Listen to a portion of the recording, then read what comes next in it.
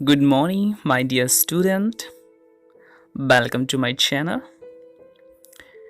Today, we will explain the central idea of our fifth poem, Lament in Hindi.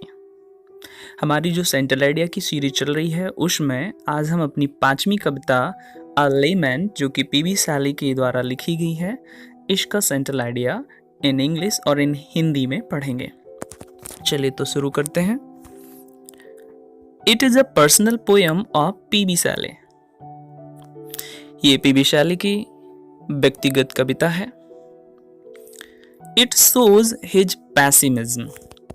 Shows means होता है दिखाना और pessimism बोलते हैं निराशावाद। ये कविता इनकी निराशावादी दृष्टिकोण को दिखाती है।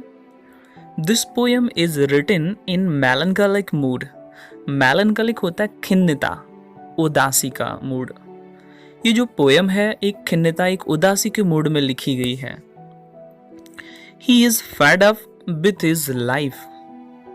फेड अप मीन्स होता है ऊब जाना, थक जाना।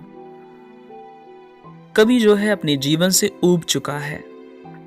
Because he feels disappointment and failure in his life. Disappointment होती है निराशा, फेलियर होती है असफलता। कभी अपने जीवन में निराशा, असफलता महसूस करता है। The poet recalls many happy memories of his youth. Youth होती है युवावस्था। रिकॉल्स मीन्स होता है याद करना।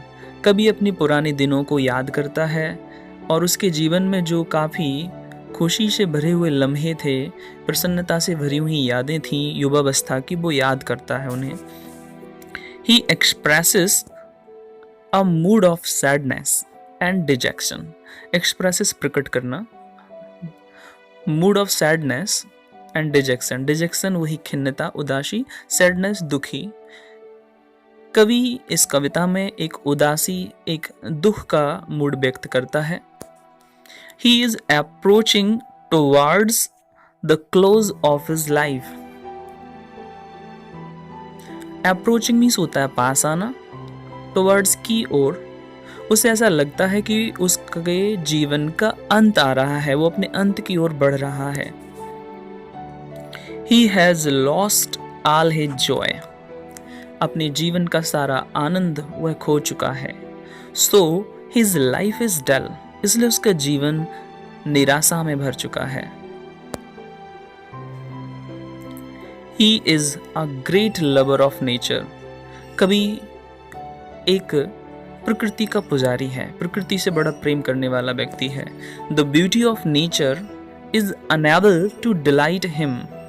लेकिन अब प्रकृति की सुंदरता भी unable, अयोग्य है, टू डिलाइट हिम। डिलाइट आनंद देना। प्रकृति भी अब उसको आनंद नहीं देती है। एज क्योंकि he is in the depth of sorrow. Depth होती गहराई, क्योंकि वो दुखों की गहराइयों में है इस समय। He has great pen at the passing of that time for ever. उसे बहुत कष्ट हो रहा है। He has great pen at the passing of that time for ever. For ever हमेशा के लिए। युवावस्था का समय जो उसका चला गया है, जो गुजर चुका है, उसके लिए बहुत कष्ट है उसको। He says that the golden days of his life. वो आगे कहता है कि उसके जीवन के जो गोल्डन डेज थे, जो सुनहरा समय था, यानी कि युवावस्था जो थी, will never come back again. ये समय दोबारा लौट के नहीं आता है। आई होप आपको ये कविता समझ में आई होगी। एक और बात, मेरे कुछ स्टूडेंट्स के ऐसे मैसेज आए कि सर हमें आपकी नोटिफिकेशन नहीं आती है, तो मैं उन सभी स्टूडेंट्स से कहना चाहता हूँ कि हो सकता है नोटिफिकेशन इसलिए आपको प्राप्त नहीं हो रही होगी कि आपने चैनल तो सब्सक्राइब कर लिया होगा लेकिन बेल आइकन नहीं आपने प्रेस किया होगा।